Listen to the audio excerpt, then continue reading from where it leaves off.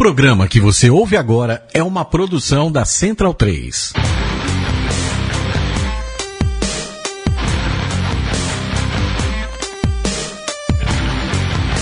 Começa agora o Xadrez Verbal. Bom crepúsculo, ouvintes da Central 3. Está começando mais uma edição do Xadrez Verbal, a sua revista semanal em formato de podcast sobre política internacional. Estou aqui com o homem por trás do tabuleiro, Felipe Nobre Figueiredo. O pessoal do Esse Dia Foi Louco vai brigar com você, que você não usou o termo que eles tanto querem. Eu esqueci. Não, agora já foi, não vai colar. É o hebdomadário, relativo à semana, que se renova a cada semana, semanal.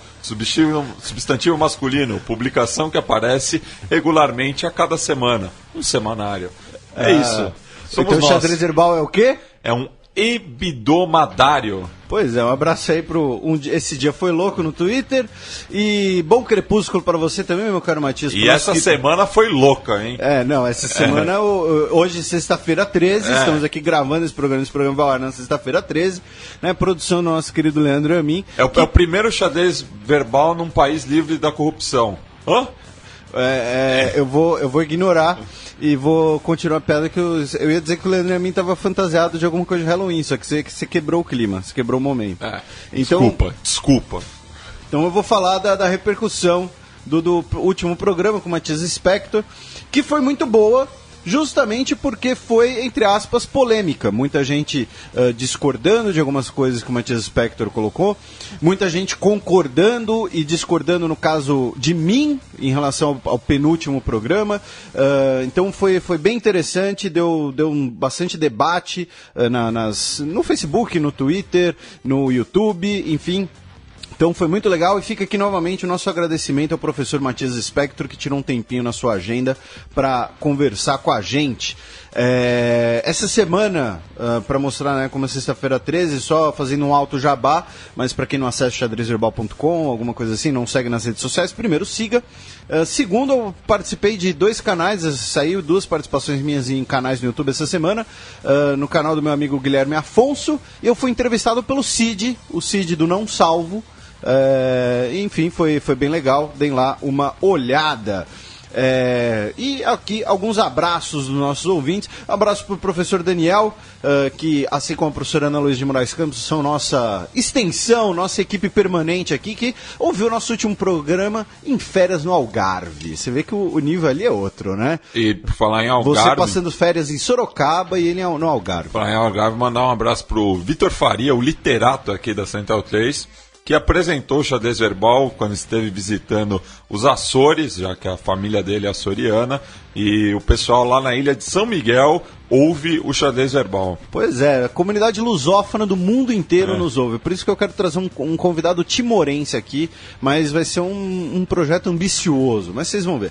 Manda um abraço pro nosso querido Lucas do Dragões de Garagem, que disse que ele novamente tem idade mental de 12 anos e disse que bundas commodities tem o mesmo efeito que Bundesliga na cabeça dele. Inclusive, o próximo som das torcidas é sobre a Oberliga. Sobre o campeonato da Alemanha Oriental e o status dos times hoje. Atualmente. Quase todos falimentares. Vai ao ar na quarta-feira, lembrando que reveza com Fronteiras Invisíveis do Futebol. Semana tem som das torcidas, outra semana tem Fronteiras Invisíveis. Mandar um abraço também pro Helder Savieto, que disse que teve uma experiência pavloviana com o Xadrez Verbal. E ele explica. Ele normalmente ouve a gente quando faz o almoço no sábado com a esposa dele e normalmente faz bife acebolado. Prato favorito de Doug Funny. Só que não. E aí o Doug Funny é fígado acebolado. É verdade. Nessa última semana, ele acabou não seguindo o esquema e ouviu o podcast no trabalho. Resultado, ele estava trabalhando com vontade de comer bife acebolado. Né? Então tá aí, pra quem não sabe o que é uma resposta pavloviana, depois joga aí no Google. Manda um abraço também pro Reinaldo Silva, que disse que o irmão dele, que mora em Dublin, curte a gente. O Thiago Melo fez uma pequena correção, disse que o discurso do Haile Selassie é de 1936, meu caro Matias. A Ana do Carmo disse que a gente se supera, gostou muito do convidado, e embora ela tenha comemorado o convidado Matias. Eu lembrei pra ela que nós temos um Matias em todo o programa. Mandar um abraço pro Carlos Henrique Castilho, que me corrigiu, dizendo que o Ted Cruz deu safanão na esposa em Indiana, não em Mississippi. Lembrando que foi um safanão involuntário. E, finalmente, o Matheus Araújo, eu vou ler literalmente, né? Porque hoje é uma ocasião especial, como a gente vai falar mais pra frente.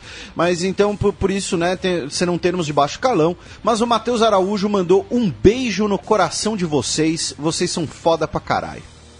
A Ana Duarte pediu pra gente mandar um beijo. Vulgo Aninha da História. Usa o nome correto. Aninha da História. Aninha da História, também conhecida como Ana Duarte, nome de batismo, pediu pra gente mandar um beijo pro Andrew Reis, que o guri é um ouvinte assíduo nosso.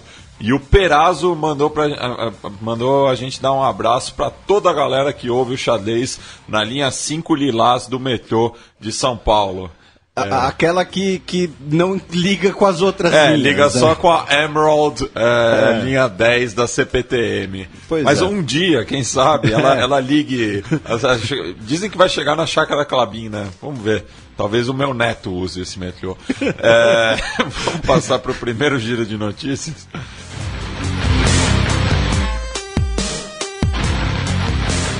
Giro de notícias. Notícia da última segunda-feira, dia 8 de maio. Referendo sobre permanência na União Europeia definirá futuro de premier britânico. E já me corrijo do ato falho, é do último domingo.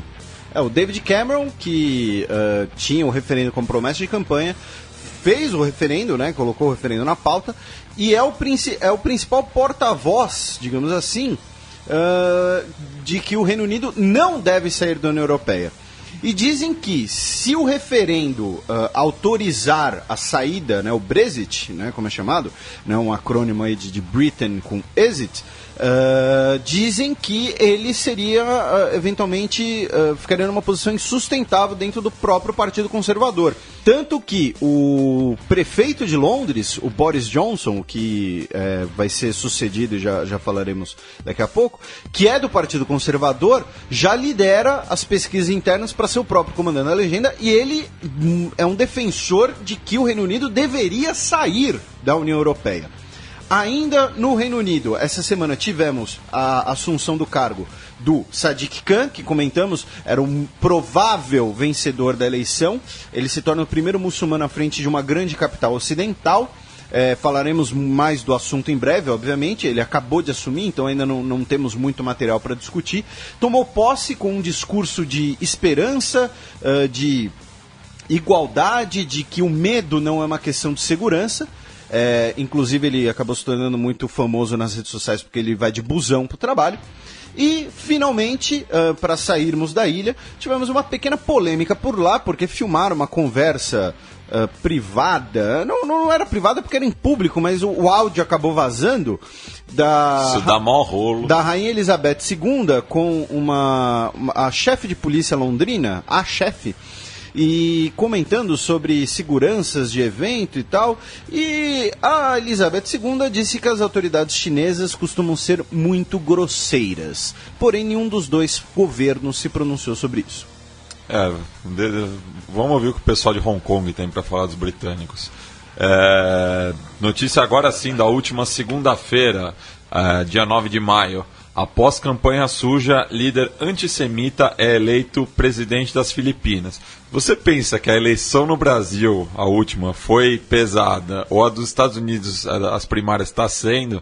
Meu irmão, tem que acompanhar ali a situação em Manila, viu? Então, bastante gente nos mandou essa notícia nas redes sociais, no e-mail, pedindo pra gente comentar.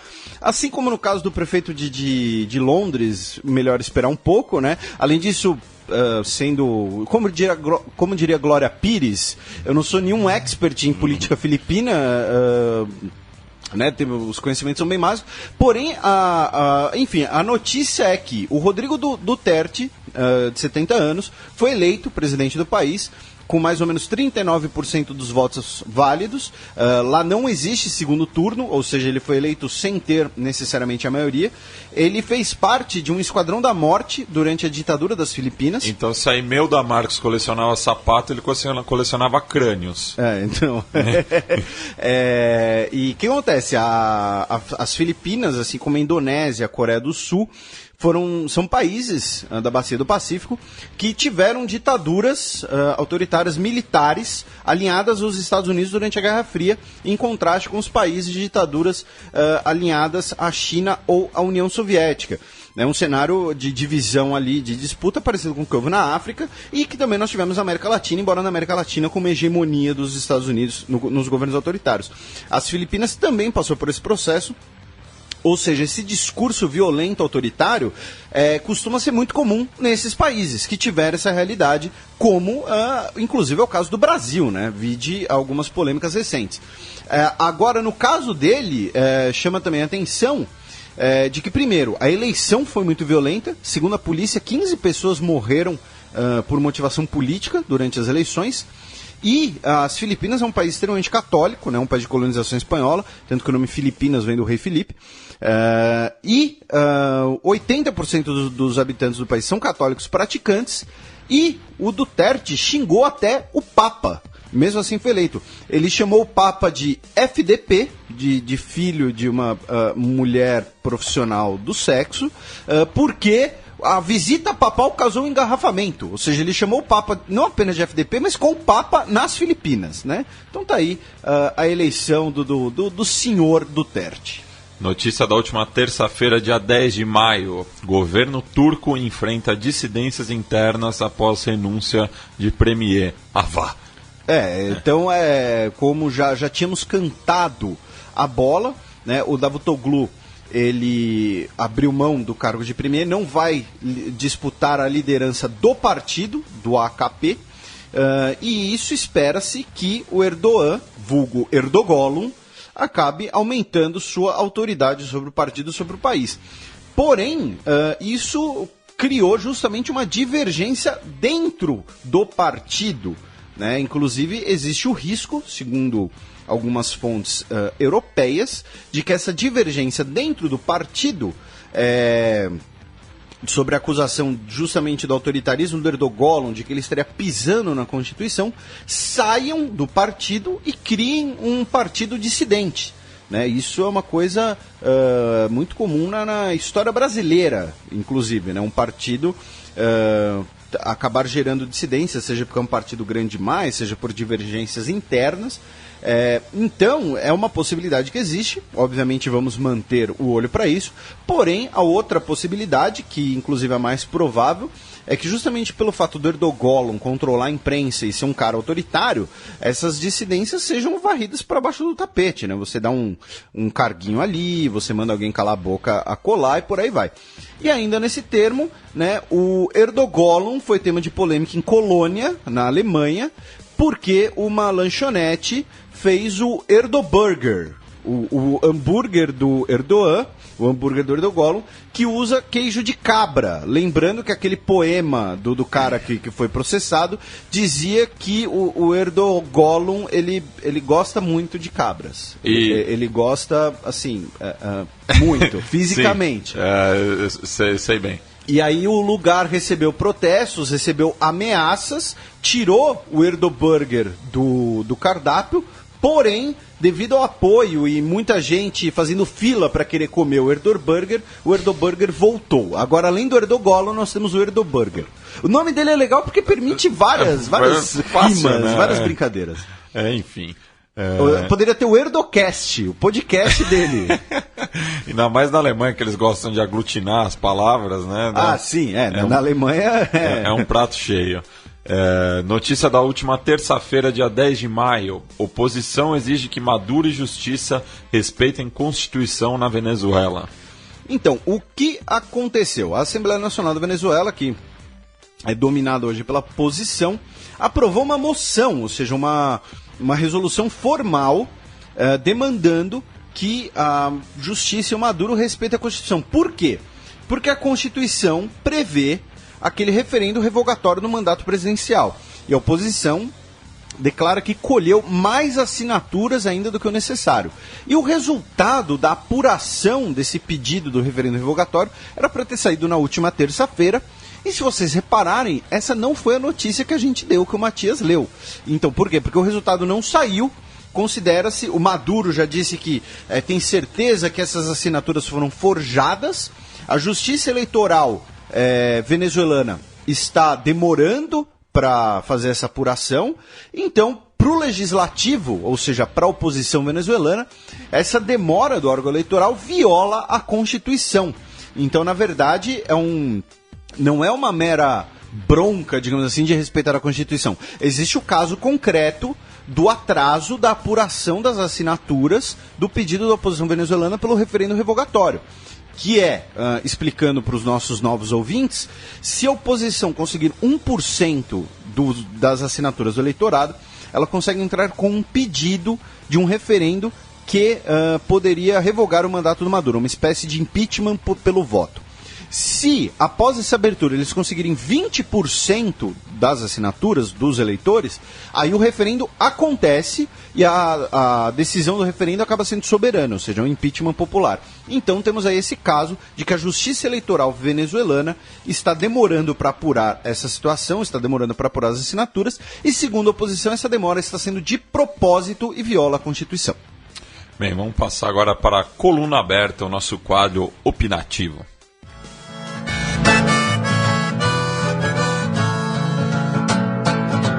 Coluna Aberta. Saiu no Vox World que uma pesquisa aponta que democratas liberais estão se afastando de Israel nos Estados Unidos. Então, uma pesquisa do Pew Research Center, que é muito famoso porque faz muitas pesquisas, são pesquisas consideradas válidas, sólidas, e eles fazem muitas pesquisas de temas religiosos. Inclusive, recentemente teve uma pesquisa deles sobre muçulmanos no mundo, que gerou muita polêmica, muita celeuma, inclusive nos setores mais conservadores da sociedade dos Estados Unidos, porque era uma pesquisa que dizia que, por exemplo, a maioria dos muçulmanos em vários países defendem que a Sharia tem a força de lei e coisas desse tipo. E o mesmo instituto, o Pew Research Center, agora publicou uma pesquisa com 2.000 cidadãos dos Estados Unidos sobre a política externa dos Estados Unidos, sobre a política externa do país. E um dos tópicos que estava nessa pesquisa é se aquele cidadão, aquela pessoa, simpatiza mais com os palestinos ou com os israelenses. A pesquisa ela foi dividida por grupos eleitorais autodeclarados, né? Então foram separados em 4 grupos, por assim dizer. Republicanos conservadores, republicanos liberais e moderados, democratas conservadores e democratas liberais, que seria mais ou menos direita, centro-direita, centro-esquerda, né? Obviamente dá para discutir isso, mas dando uma geral no espectro político dos Estados Unidos tem esse resultado. Então vamos lá. Entre os republicanos conservadores, e aí os números que faltarem na resposta são pessoas que responderam nenhum dos dois, ambos ou não sabiam. Tinha 5 respostas possíveis, né? Entre os republicanos conservadores, deu 79-4 para Israel. Entre os republicanos moderados, deu 66-13. Entre os democratas conservadores, ou os democratas, enfim, os democratas menos liberais, enfim, o que preferirem, deu 53-19. Todos os resultados para Israel, mas vocês veem que eles vão se aproximando. E, finalmente, entre os democratas liberais, deu 40-33 a favor da Palestina, de pessoas que simpatizam mais com a causa palestina, né? Que me mandou esse estudo, inclusive, foi meu amigo Rodrigo Oliveira, vai um abraço para ele. E dentre esse grupo, se separarem, dentre os democratas, quando eles foram separados por declaração de voto, a maioria dos apoiadores da Hillary Clinton era de apoiadores de Israel, simpatizavam mais com Israel. Porém, entre os apoiadores do Bernie Sanders, a Palestina ganhou por 39-33. Então, o que isso quer dizer? Né? Por isso que isso daqui está na coluna aberta, porque agora a gente vai fazer um exercício de análise, de interpretação, que sempre está sujeito a falhas. Isso é muito comum, inclusive, em vários colunistas, jornalistas da imprensa brasileira. Se permitem a alfinetada.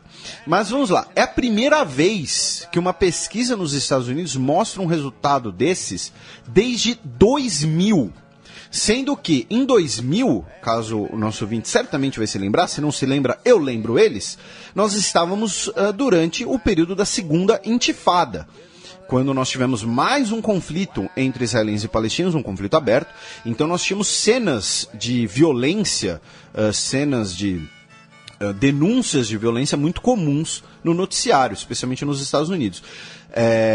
E agora nós temos basicamente 3 motivos para essa questão, para esse novo índice, que é um índice grande para os Estados Unidos, muito preocupante. Vamos para os motivos e depois para fechar porque isso é preocupante. O primeiro motivo, e talvez o mais claro, mais explícito, é o racha, é o problema entre o Obama e o Netanyahu. Né, o Obama sendo um candidato, sendo um governante, um presidente do Partido Democrata, os democratas obviamente vão tender a apoiá-lo, e ele teve uma relação extremamente traumática com o Netanyahu. Né? O auge disso foi quando o Netanyahu falou no Congresso a convite do líder republicano do Congresso, da Casa dos Representantes dos Estados Unidos, sendo que a relação entre os dois países deve passar pelo executivo, não pelo legislativo. O Netanyahu apoiou abertamente a campanha do Mitt Romney em 2012. Né? Então, o confronto, melhor dizendo, entre Obama e Netanyahu, certamente influenciou nisso em relação às questões mais imediatas, por assim dizer, mais a curto prazo.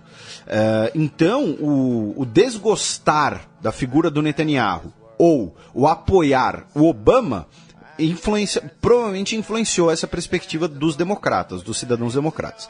A segunda questão e isso é uma coisa que vem da década de 1980, basicamente, nos Estados Unidos, mas se intensificou muito nos anos 90, e especialmente com o final do governo Clinton e o primeiro governo do Bush filho, é de que o assunto Oriente Médio, nos Estados Unidos, ele é partidarizado.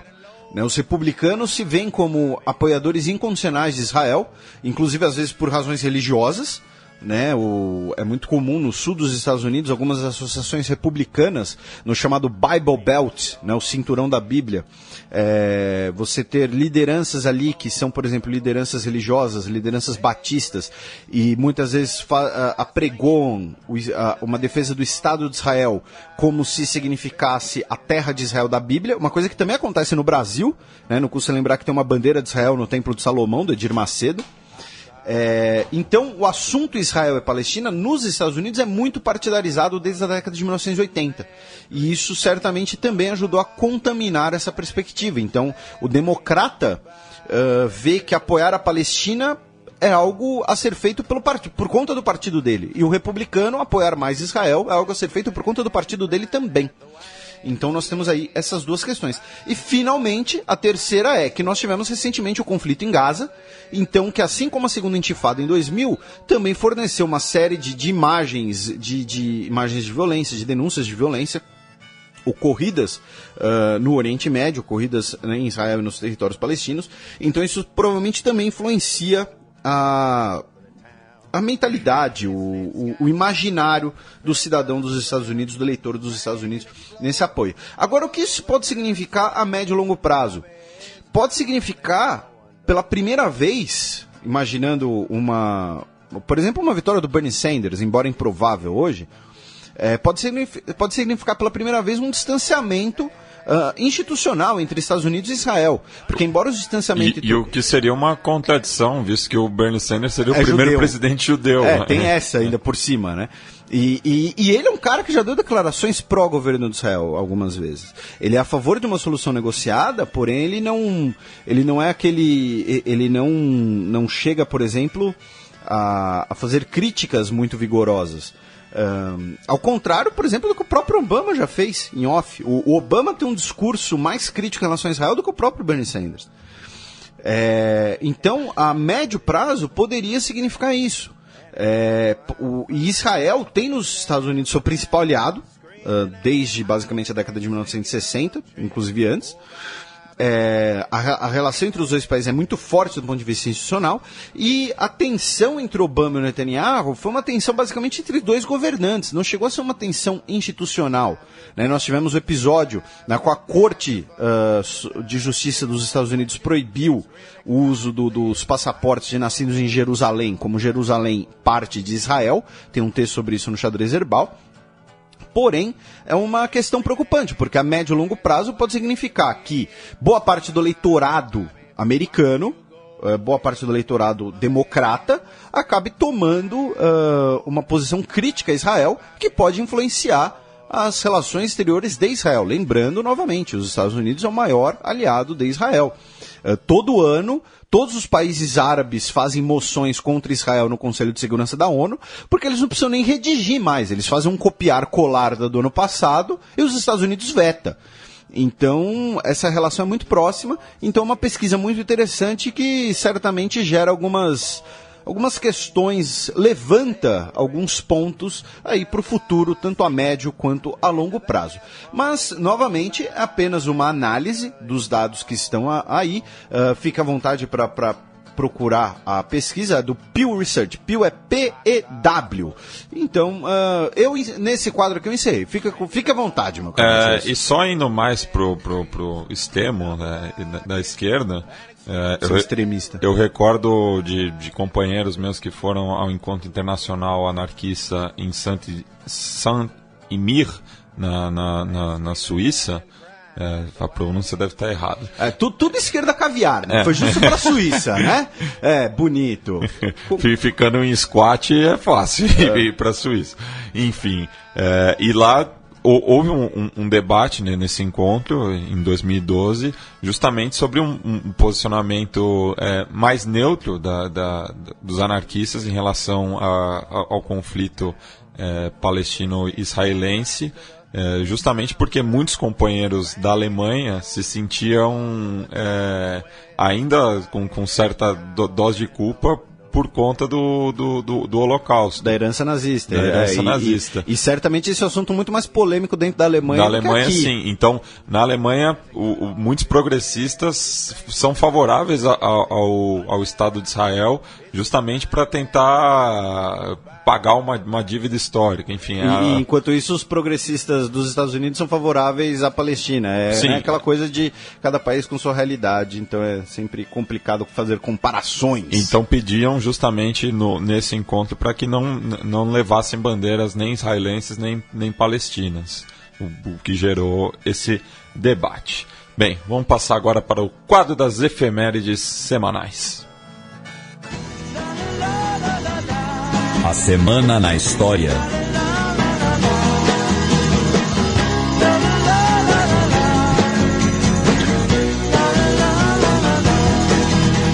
14 de maio de 1811, há 205 anos atrás, era declarada a independência do Paraguai. O Paraguai que tem uma história muito curiosa, né? Porque o Paraguai, por ser um país totalmente sem saída oceânica, ser um país interiorano, e era um país sem riquezas minerais, né? Ele não teve uma guerra de independência, a Espanha não deu muita bola, e ele tomou uma postura extremamente isolacionista, né? Até a Guerra do Paraguai. Tanto que até a Guerra do Paraguai, o Paraguai, por 60 anos quase, teve 3 governantes e não tinha Constituição, porque basicamente quase não precisava, né? Inclusive, esse é o tema que vai fechar o programa de hoje, né? O Matias fez uma escolha muito especial. 8 de maio de 1886, há 130 anos atrás, o farmacêutico John Pemberton vende pela primeira vez sua bebida carbonatada. É, uma bebida com gás carbônico. Ele vendia como uma espécie de remédio que revigorava, podia combater males, combater resfriado, combater dor de cabeça. Porém, o gosto era meio ruim.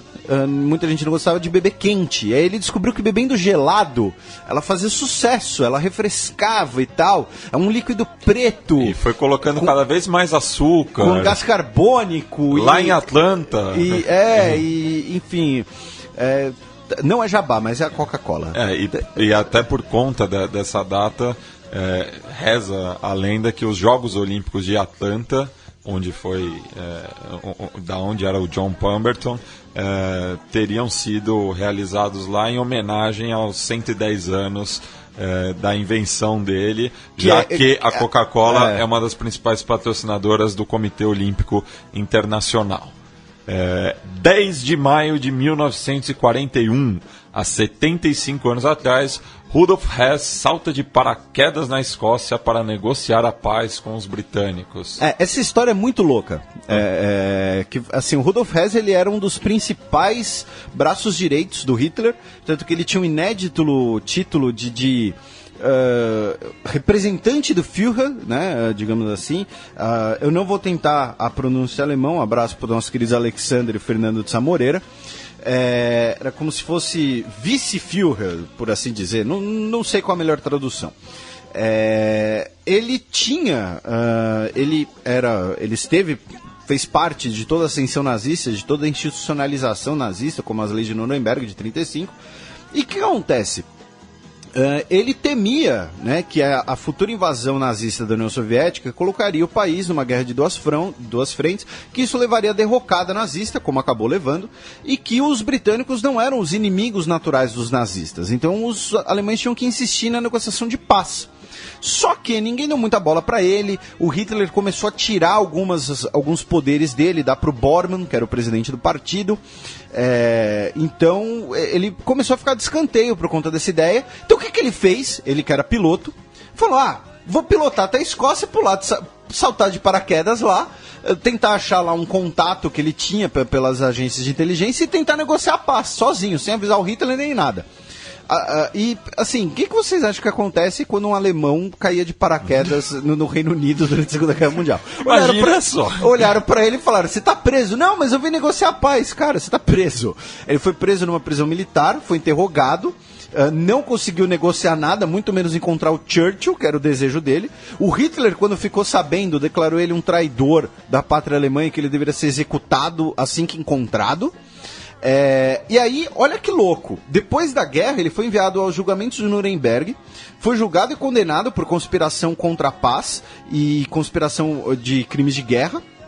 Foi preso na prisão de Spandau em 1947, em prisão perpétua, e ao contrário da maioria dos prisioneiros nazistas, ele estava sob custódia da União Soviética, não sob custódia dos Estados Unidos ou do Reino Unido, que libertaram vários por questões de idade, doenças, esse tipo de coisa, além dos executados, é claro. Então ele cumpriu a prisão perpétua dele até 1987, quando com 93 anos ele não aguentou mais e se matou.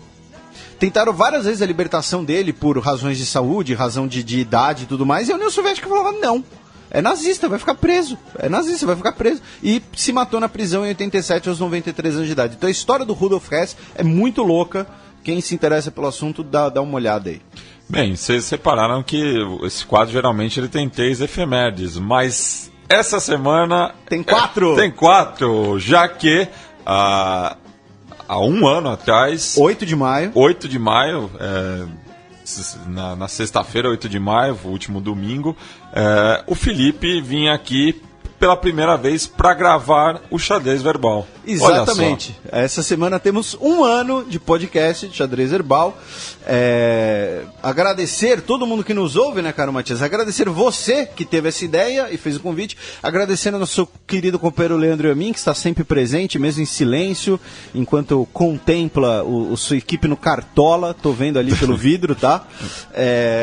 Então, agradecer todo mundo que nos ouve, todo mundo que nos recomenda, que começou como quase quase uma brincadeira, acabou virando um negócio bastante sério, já que a gente tem uma audiência bizarramente grande. Quando eu digo bizarramente, que a gente realmente não esperava isso. Não mesmo. Uma audiência tanto de alunos de ensino médio estudando vestibular, até professores universitários que nos ouvem, mandam e-mail, mandam recados.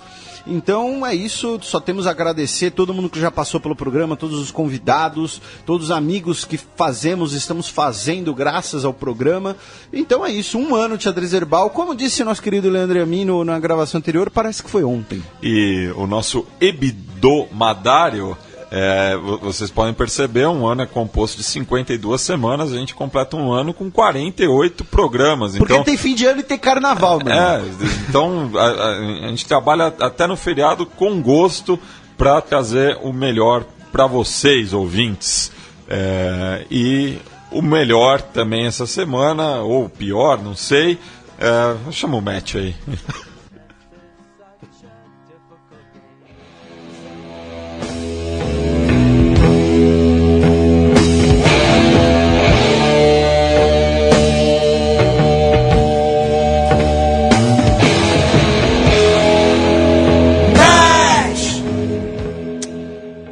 Governos latino-americanos e a Organização das Nações Unidas comentam afastamento de Dilma Rousseff.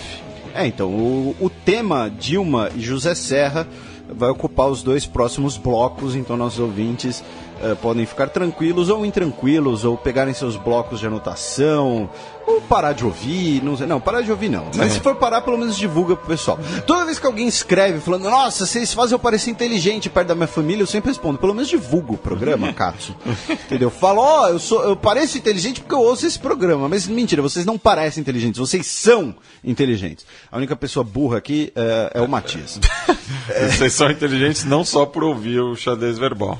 Mas vamos lá. Primeiro a gente vai falar da repercussão do afastamento da Dilma, né? Lembrando que ela foi afastada pelo Senado para ser julgada pelo Senado, então os próximos 180 dias, sendo da preparação de sua defesa, com o julgamento no Senado sendo presidido pelo presidente do STF, no caso o Lewandowski,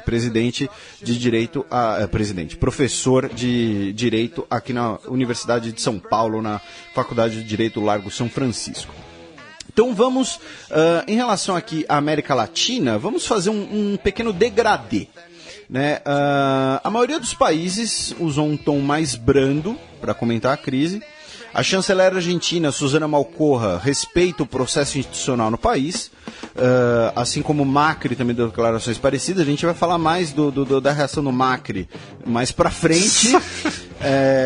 O ministro das Relações Exteriores do Paraguai, o Eladio Loizaga, toda essa compilação aqui, tá, gente, é da Folha de São Paulo, tá, dando os devidos créditos. Disse que respeita as decisões institucionais do país e que a posição do Paraguai não interferir em questões internas de outros estados, como não queremos e não quisemos que se metessem em um certo momento aqui, fazendo uma óbvia referência ao impeachment do Fernando Lugo em 2012, quando o Paraguai foi suspenso pelo Mercosul.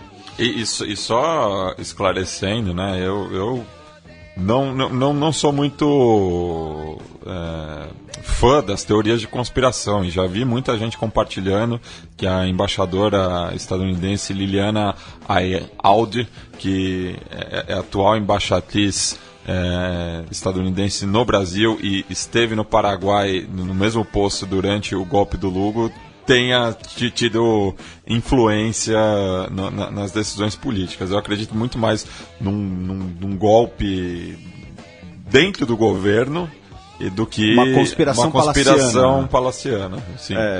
Mas lembra, você usou o termo golpe. Eu usei o termo golpe. O senhor está tomando partido. Não estou tomando partido. Vou pedir para o nosso querido Leandro Amin chancelar quando ele parar de descalar o seu cartola. Mas, enfim, vindo aqui para uma postura mais central, o chanceler Rodolfo Novoa, do Uruguai, não comentou o impeachment, apenas colocou que a situação política brasileira certamente atrapalha as negociações entre Mercosul e União Europeia, já que o Brasil é a maior economia da América do Sul. O Brasil é o eixo central aí do Mercosul, especialmente numa negociação contra o peso pesado como a União Europeia. Saindo do centro, indo um pouco mais para o lado pró-governo, pró-Dilma no caso. A Unasul, o secretário-geral Ernesto Samper, que já tínhamos repercutido aqui, disse que é possível avaliar uma possível ruptura do sistema democrático e deve ser analisada pelos outros membros, porém apenas no caso da destituição da Dilma, ou seja, apenas a condenação da Dilma pelo Senado. O secretário-geral da OEA, Luiz Almagro, que também já tínhamos comentado por aqui, também colocou que as causas do impeachment de Dilma geram incerteza jurídica, então que também podem ser analisadas e que o caso pode ser levado inclusive à Corte Interamericana de Direitos Humanos. Novamente, outro abraço para a nossa querida Ana Luísa de Moraes Campos. Já indo em notas mais fortes pró-governo na América Latina, pró-governo Dilma, o governo venezuelano repudia o golpe de Estado no Brasil, a chancelaria venezuelana. Você está concordando com a chancelaria venezuelana, hein, Matias? Eu não sei não, hein? A chancelaria venezuelana... Estou brincando com você, o senhor está muito sisudo. O presidente da Bolívia, o Evo Morales, disse sentir indignação e condena um atentado contra a democracia e a instabilidade política. E, finalmente, o Rafael Correa disse que contra Dilma não pesa até o momento uma só acusação que a vincule com a punição de um delito comum, e o Equador apela à plena vigência e preservação das instituições democráticas e dos valores que a sustentam. A chancelaria chilena também, né? O Chile tem seguido com atenção os recentes sucedidos políticos no Brasil, país de história, relevância econômica, diplomata e cultural. Tem seguido com atenção os recentes sucedidos políticos no Brasil, e incluindo para o Chile, incluindo durante o período da administração da amiga presidenta Dilma Rousseff, com a qual temos mantido excelentes relações. E indo para uma postura mais neutra também, a Colômbia, ficando aí no meio desse degradê, disse que acompanha de perto os acontecimentos pela relevância do Brasil e pelo trabalho construtivo que tivemos durante esses anos com o governo da presidente Dilma Rousseff. Ou seja, apenas colocou que acompanha, nem que censura, nem nada. Saindo da América Latina, indo para a América do Norte, os Estados Unidos, pelo porta-voz da Casa Branca, o Josh Earnest, disse que o Brasil tem uma democracia madura o suficiente para enfrentar a crise, ou seja, adotando também uma postura mais neutra de observação. Já a Patrícia Campos Melo traz na sua coluna a informação de que o Obama vê com muita desconfiança a figura do Michel Temer. Vê com desconfiança a figura do Temer por ele... por essa questão que a gente colocou de uma possível conspiração palaciana, ou seja, do vice ter saído como o principal beneficiado da situação. Então, que por isso, segundo a informação da coluna da Patrícia Campos Melo, o Obama tomaria uma postura mais cautelosa, né? Tanto que o título da coluna dela é Casa Branca será ultra cautelosa com o Brasil. E o próprio governo estadunidense já transparece que vai tratar o Temer como um interino. Sim, até o afastamento da Dilma ele é presidente em exercício, né? Então, afastamento definitivo. Ou não, porque uma coisa que foi pouco levantada, embora improvável que seja revertido, mas se 3 senadores mudarem o voto, a Dilma não seria condenada, né? O placar não foi tão grande assim. Sim. Mas, enfim, voltando, na Europa, Portugal e Espanha, né, 2 países historicamente ligados ao Brasil, se colocaram preocupados com o Brasil e esperam que o afastamento não prejudique a relação entre os respectivos países e o governo brasileiro. No dia da votação no Senado, o Papa Francisco pediu paz e harmonia no Brasil, lembrando que o Papa é argentino, ou seja, ele não é um estranho aos cenários políticos da América Latina. Inclusive, ele tem uma série de restrições na própria Argentina, porque diziam que ele era um cara ligado aos movimentos mais conservadores, embora não tenha... seja quase natural isso, né? Mas, enfim, não sei se... Tem algum histórico do Papa Francisco ter colaborado com a ditadura, alguma coisa assim? Não, existe esse boato, mas nunca nada foi provado. Mas a atuação da Igreja Católica na ditadura argentina difere muito da brasileira. É muito mais colaboracionista. Até porque a Argentina não é um estado laico, né? Isso é importante lembrar. né? Inclusive, você não pode ser presidente da Argentina se você não for católico. Isso está na Constituição deles. O Ban Ki-moon, o Ban Ki-moon ele vai adotar uma postura protocolar sempre, né? O cargo dele sequer permite declarações mais vigorosas, mais afirmativas. Pediu calma e diálogo entre todos os setores da sociedade e acredita que as autoridades do país vão honrar os processos democráticos do Brasil, aderindo ao Estado de Direito e à Constituição. Ou seja, temos aí novamente uma postura um pouco mais neutra. Então a repercussão entre os governos do continente da América do Sul, Estados Unidos, parte da Europa, ONU e Santa Sé são basicamente esses, né? Os principais aqui. Agora, indo para reações da imprensa pelo mundo, o Der Spiegel, um dos principais, se a pronúncia estiver errada, provavelmente já avisa, fez uma matéria chamada Um País Perde, dizendo que o Brasil era uma nação que queria ser moderna, recuou no tempo e se colocou ao lado de Honduras e Paraguai como países onde presidentes eleitos foram afastados de forma questionável. Talvez tenha sido... E falando em Honduras, o Zelaya, nas suas redes sociais, também declarou apoio a Dilma por razões óbvias. Esse morou na embaixada, né, em Tegucigalpa, né, viu a informação do dia. Se você não sabe, a capital de Honduras é Tegucigalpa. Agora, o gentílico de Tegucigalpa, não faço a mínima ideia. Deve ter alguma piadinha, inclusive. Deve ser tipo Tangamandapiano. No Reino Unido, o The Guardian fez uma matéria dizendo que a Dilma foi afastada por motivos sexistas, inclusive, e que os senadores colocaram a irregularidade fiscal à frente do voto de 54 milhões de brasileiros, colocando que o impeachment é mais político do que jurídico.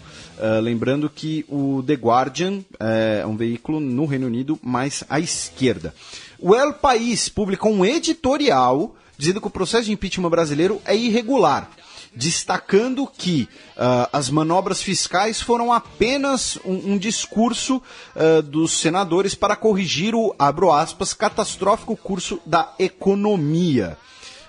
O Le Monde colocou que o Temer é um puro produto do sistema político brasileiro e profundo conhecedor das intrigas parlamentares. Ou seja, coloca ele como um ator político relevante. Continuando, o New York Times disse que a Dilma paga um preço desproporcional e que o cenário pode fazer a crise brasileira piorar. O Washington Post também fez uma matéria colocando que a Dilma teria sido afastada também por questões sexistas, que vários episódios do seu governo não teriam tomado as mesmas proporções se o governador fosse um homem, e destacou que, inclusive está na manchete isso, tá, gente? Não sou eu que estou inventando, não. Colocou que o substituto, assim, eles não chamaram Michel Temer de Michel Temer, colocaram um homem cuja esposa é 42 anos mais nova. Que, enfim, é fato, né? O Le Monde, Le Monde a gente já passou, né? Acho que já passei pelo Le Monde.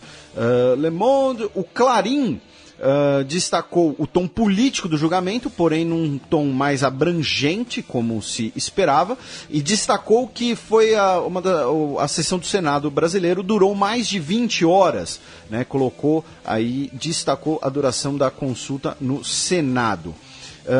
Também no Reino Unido, o Independent adotou um tom mais neutro, mais apenas dando a notícia de que Dilma é afastada e espera o seu julgamento. Assim como a BBC também adotou esse tom um pouco mais solene, apenas dando a informação. Lembrando que, por exemplo, no caso do El País, nós tivemos, né, um editorial, ou seja, não foi uma questão aí de matéria, alguma coisa assim. O Le Figaro francês colocou que a impopularidade dos partidos de esquerda no Brasil chegou a grandes níveis históricos, melhor dizendo, e entre as que eu selecionei aqui, os principais jornais acabaram. Você tem jornais que você selecionou aí, meu caro Matias? Não. Então a repercussão do impeachment é basicamente essa, né? Nós temos muita gente questionando não necessariamente as razões econômicas e políticas, mas especialmente as razões jurídicas, né? O New York Times acaba sendo talvez o que tenha resumido melhor a postura da imprensa internacional na sua manchete, dizendo que a Dilma paga um preço desproporcional. Porém, em relação às perspectivas dos governos, como o meu caro Matias disse, algumas não são surpreendentes, né? Não é surpreendente a postura boliviana, a postura de Tegucigalpa, nem a postura paraguaia, por exemplo, né? Já era de se esperar, até pela questão do precedente que eles mesmos citaram. Eu, curiosamente, não achei nenhuma nota do governo alemão.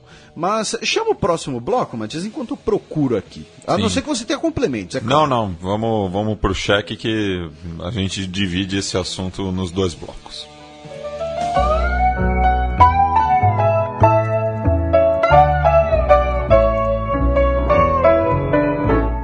Cheque. E el cafillo donde estava quando caíste em desgraça. Bem, o ex-senador José Serra ficou 1 ano, 4 meses e 11 dias por aí, no cargo. Sou ruim de conta. É isso. Então, né, a notícia é de que, né, o José Serra foi nomeado ministro das Relações Exteriores. Inclusive a própria página do Itamaraty no Facebook, né, já repercutiu isso logo em seguida, já colocando ele como o novo chanceler. Então vamos lá. Para a gente analisar aqui esse tema, eu separei em vários eixos, já que é um tema bastante complexo e central na proposta do xadrez verbal, rima não intencional. O histórico recente do Ministério das Relações Exteriores, né, a gente pode colocar aí uma ruptura, por assim, não uma ruptura institucional, né, mas o fim de um ciclo com o fim do governo Lula e a consequente saída do Celso Amorim do governo, ele que foi o chanceler por 8 anos do governo Lula. Como o Matias Spector levantou, teria sido inclusive o chanceler do José Serra, se ele tivesse vencido a eleição. Foi chanceler do Itamar também. Então, o Celso Amorim foi um dos principais diplomatas do século XXI, isso é inegável. Né? A sua diplomacia foi extremamente engajada, extremamente benéfica em termos políticos e em termos econômicos para o Brasil e foi reconhecida internacionalmente. Tanto que ele chegou a receber um prêmio da Foreign Policy como personalidade do ano, diplomata do ano, alguma coisa assim. Quem sucedeu o Celso Amorim foi o Antônio Patriota. Por que ele sucedeu o Celso Amorim? Foi uma conjunção de fatores, né?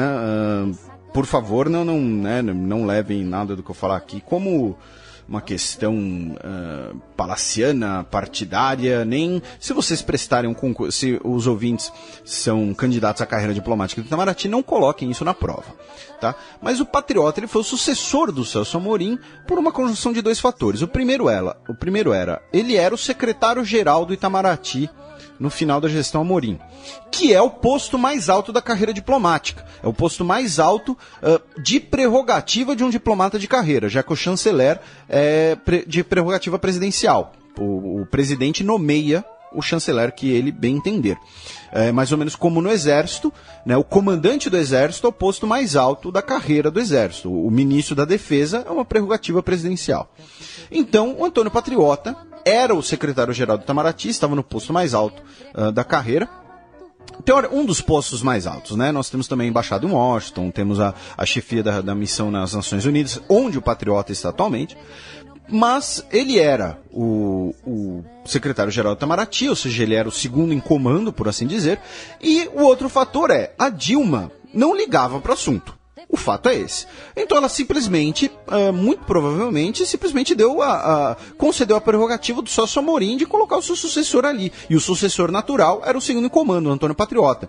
Assim como, justamente pelo fato do governo Lula ter tido a imagem de muito ativo na política externa, de ter tido uma política econômica de sucesso, foram 2 áreas em que nós tivemos continuidades. Seja com Guido Mantega, na Fazenda, seja, por exemplo, com o Antônio Patriota, com o Patriota, que era o secretário-geral do Celso Amorim. Isso não levou em consideração que o Patriota e a Dilma não não deu química, digamos assim, não deu liga, tiveram vários desencontros, o que somado a Dilma não apreciar muito o papel de estadista, por assim dizer, né? A Dilma ela é muito mais tecnocrata, então para ela, ela não precisava participar da cerimônia, por assim dizer, ela só mostra onde é que eu assino, entendeu? Ela ia lá e assinava. No pensamento dela. Então nós tivemos uma série de desencontros entre os dois, e isso acabou desprestigiando ainda mais o Itamaraty, desprestigiando a política internacional com a própria Dilma. Então, quando nós tivemos a gota d'água do caso do senador Roger Pinto Molina, na Bolívia, que foi, entre aspas, contrabandeado para o Brasil pelo Eduardo Saboia, sem conhecimento tanto da Dilma quanto do Patriota, ou seja, o Patriota demonstrou que para Dilma, que não tinha controle sequer sobre seu próprio ministério, o Patriota recebeu, né, o bilhetinho, né, mandou passear, pediu o boné, e aí nós tivemos o Figueiredo como novo chanceler. O Figueiredo que conheceu a Dilma das negociações do clima, quando a Dilma ainda era ministra-chefe da Casa Civil, quando a Dilma estava sendo preparada para ser a sucessora do Lula, ou seja, aparecia muito na mídia, então foi participar de conferências do clima, inclusive, por exemplo, a COP15 em Copenhague, e que o Figueiredo fazia parte, como um dos principais negociadores do Itamaraty, ou seja, o Figueiredo com esse perfil de negociador, um perfil muito mais ativo, digamos assim, um estilo que agradou a Dilma, né? Lembrando que ele conseguiu articular negociações de última hora, indo até quarto de hotel de comissão, batendo na porta e falando, vamos negociar agora, porque tem que fechar o negócio agora e tudo mais. Esse perfil agradava a Dilma e ele foi colocado como chanceler, mas ele acabou virando uma espécie de chanceler tampão. Por quê? Porque a Dilma, para o seu segundo governo, queria mostrar mudança também, queria mostrar novas posturas, queria modificar o seu ministério, inclusive por razões eleitorais, e nessa acabou sobrando um pouco para o Figueiredo, que embora tenha sido retirado da chancelaria, ele é o embaixador em Washington, que é muito provavelmente o terceiro posto mais importante da carreira diplomática, né? É um posto extremamente importante, já que os Estados Unidos... não precisamos aqui introduzir a importância das relações entre Brasil e Estados Unidos. Então, o Figueiredo acabou virando uma espécie de chanceler tampão, porém, com o seu valor, serviu para resgatar um pouco o interesse da Dilma no assunto, tanto que a Dilma acabou por nomear o Mauro Vieira como chanceler, e com o Mauro Vieira, pela primeira vez, ela fez algo que ela deveria ter feito desde o início, que foi dar carta branca total. Falou, olha, Mauro, tá aqui, você é o chanceler, resolve aí, faz o que você quiser, tá aqui, carta branca, você que é o chanceler, você que manda aí pra dentro.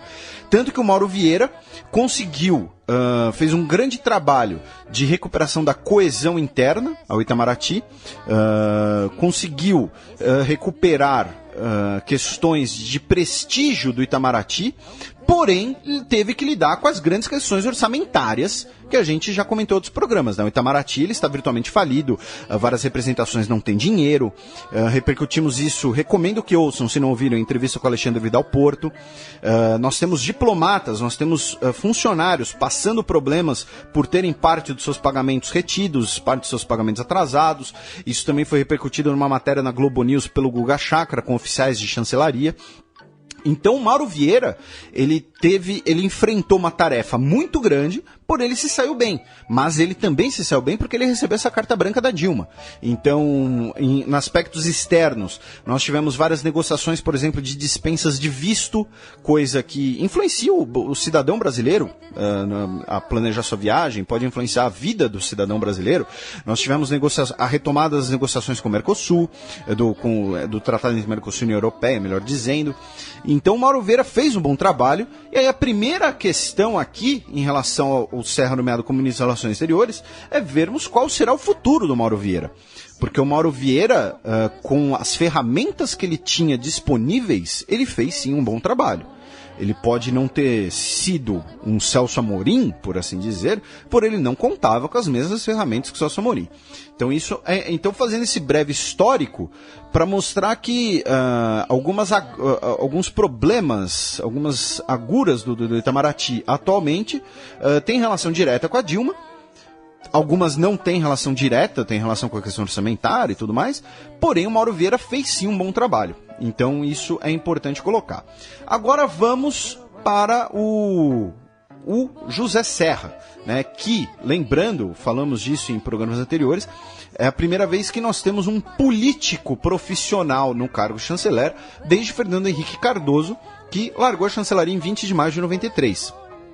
Do FHC para cá, nós tivemos o Celso Laffer na chancelaria, porém o Celso Laffer, embora não fosse um diplomata de carreira, ele era um acadêmico, ele é um estudioso do assunto, professor de Direito Internacional, foi chefe da missão brasileira na ONU, além de chanceler.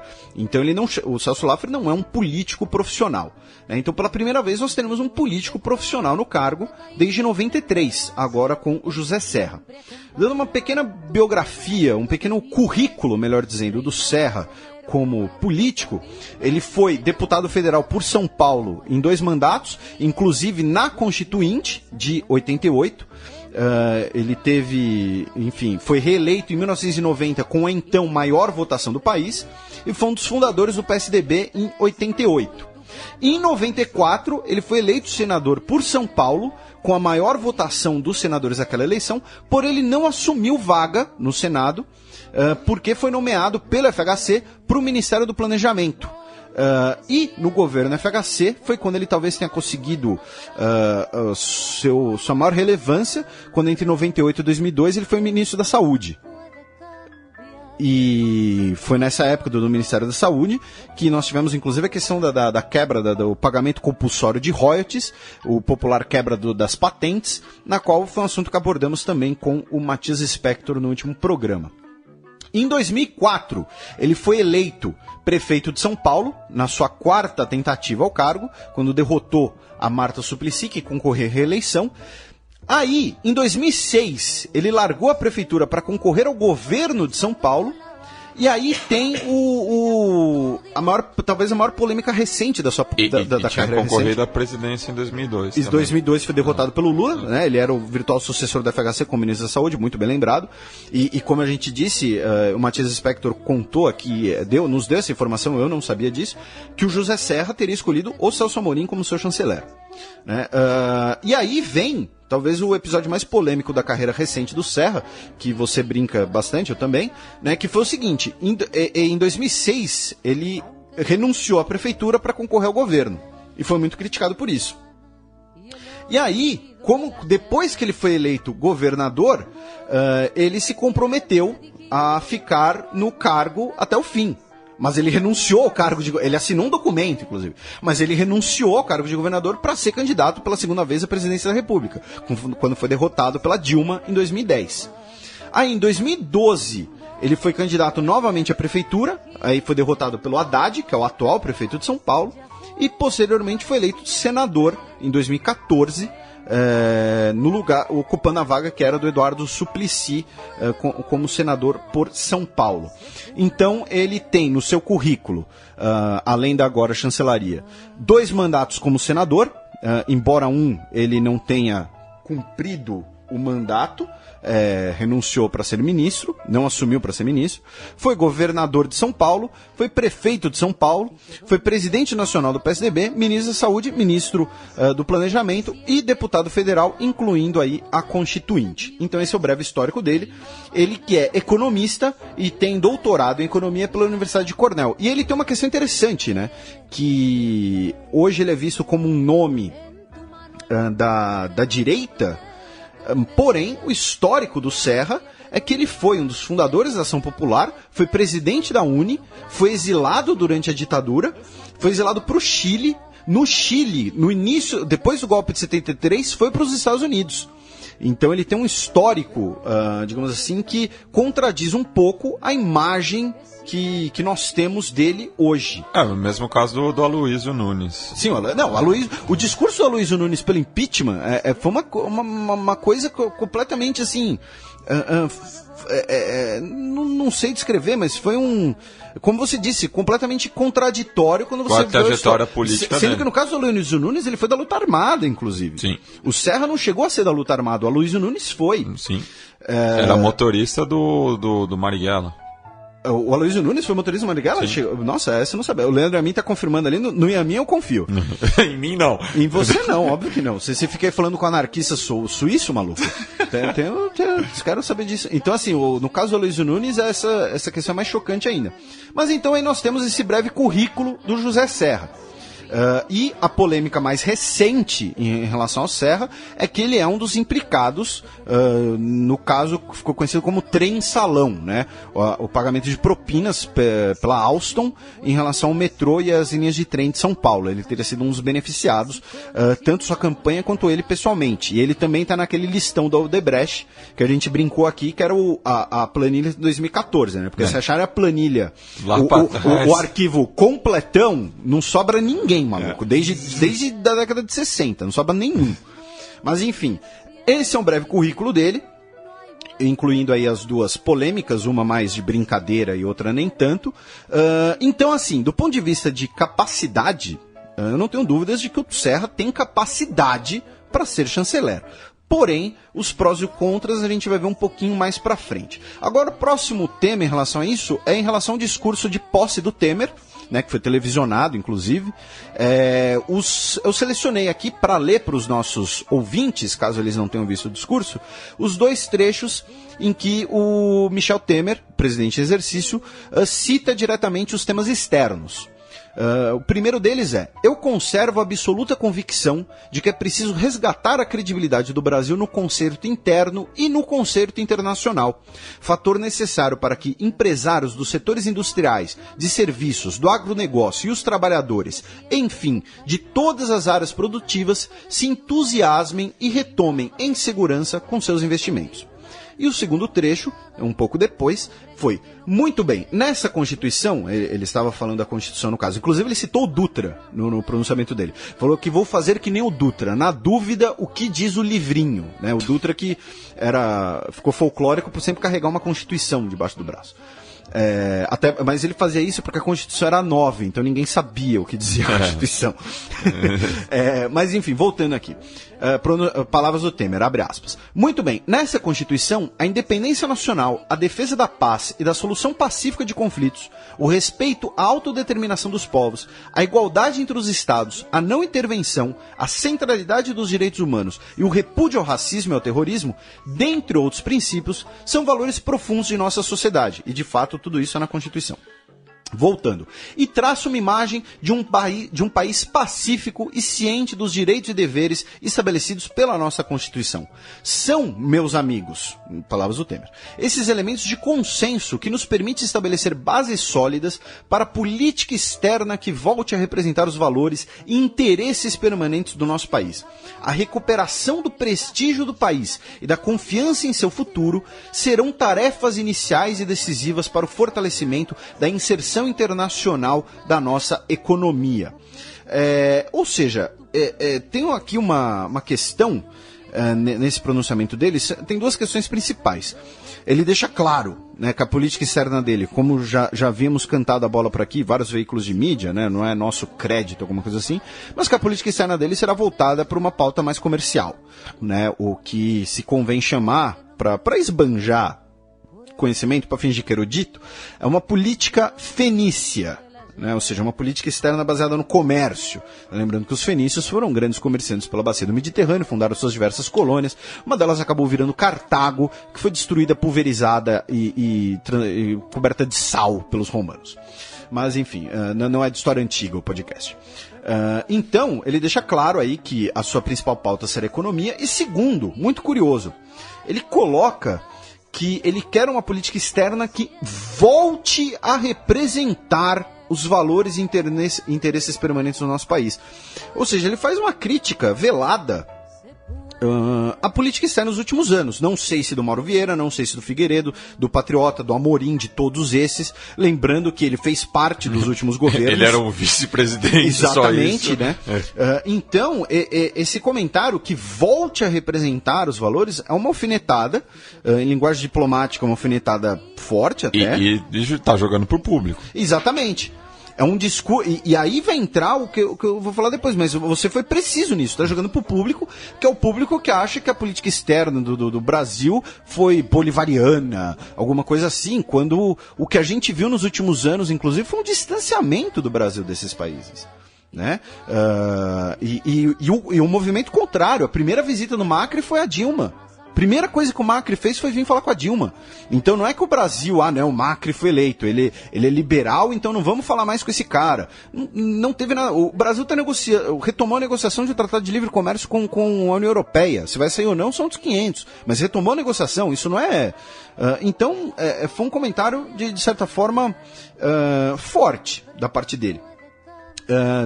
Lembrando também, e além essa relação Temer e Itamaraty é muito curiosa, por quê? Porque ele muito provavelmente vai querer cooptar o apoio do Itamaraty, de grande parte do Itamaraty, porque nesses momentos de crise institucional, esses funcionários de Estado costumam servir muito bem, tanto aos propósitos do governo, sobre a retórica do interesse nacional, quanto por serem funcionários que são de carreiras de Estado, ou seja, não dependem do governo, não são o que se costuma chamar de cargos comissionados, alguma coisa assim.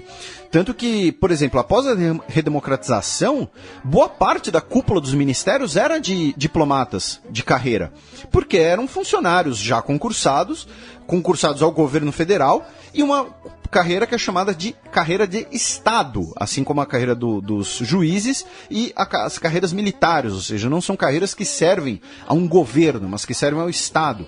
Então, e curiosamente, isso, na verdade, contraditoriamente, a formação no Ministério sempre falou-se em relação ao mérito, né? Sim.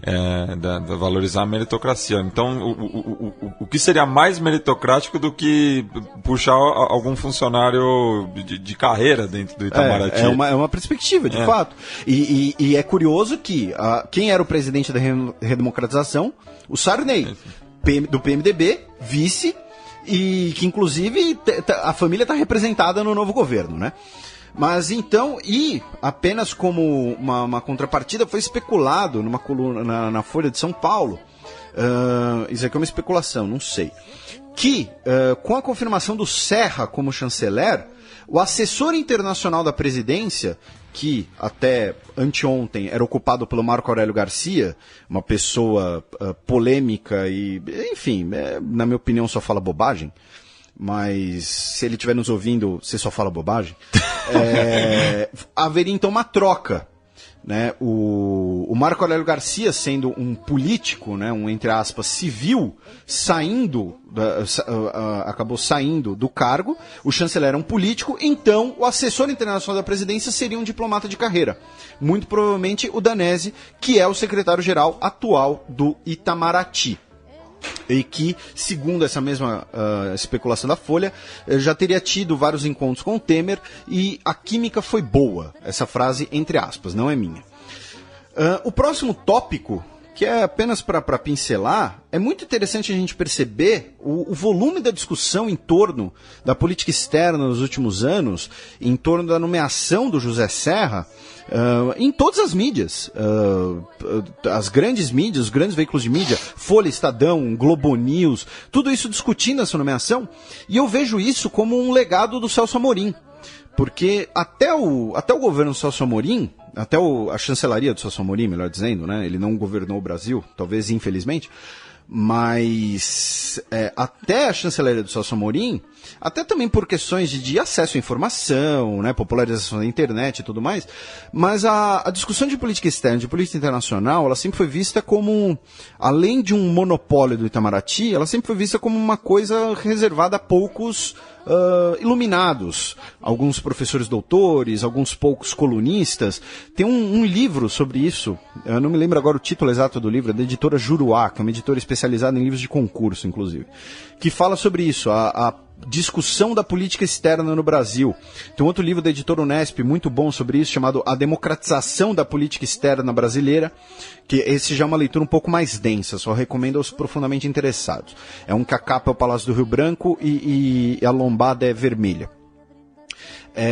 Mas com o Celso Amorim, justamente pelo fato dele colocar o Brasil muito presente em assuntos internacionais, como o programa nuclear do Irã, o Brasil fazendo parte do G20, como uma das principais lideranças do G20, toda essa questão fez com que a política externa brasileira passasse a fazer parte da discussão pública, do debate político brasileiro. E isso é muito bom, porque é um assunto essencial, né? E o podcast Xadrez Verbal tá nesse âmbito, nesse clima, né? Da importância dessa discussão cada vez maior, cada vez mais importante, cada vez mais relevante.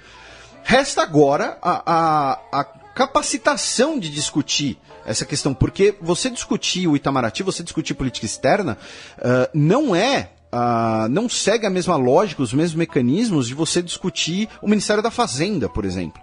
De você discutir ministérios que ocorrem trocas mais fisiológicas. Então é uma questão muito interessante isso, e que a nomeação de José Serra deixou isso muito explícito. Do nada, a nomeação do chanceler virou debate nacional. Isso acho que nunca tinha acontecido antes. Porque, por exemplo, o Mauro Vieira, por mais que ele seja competente, por mais que ele tenha tido um bom papel, antes dele ser o chanceler, quase ninguém deveria conhecê-lo por nome.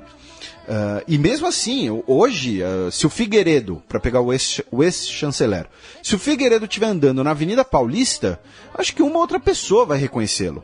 Né? Acho que ele não vai ter uma mulher querendo beijá-lo, que vai virar um meme, como o Serra, nem vão tacar bolinha de papel no Figueiredo para ele depois fazer uma tomografia. Nem vão olhar feio ele no Bom Prato.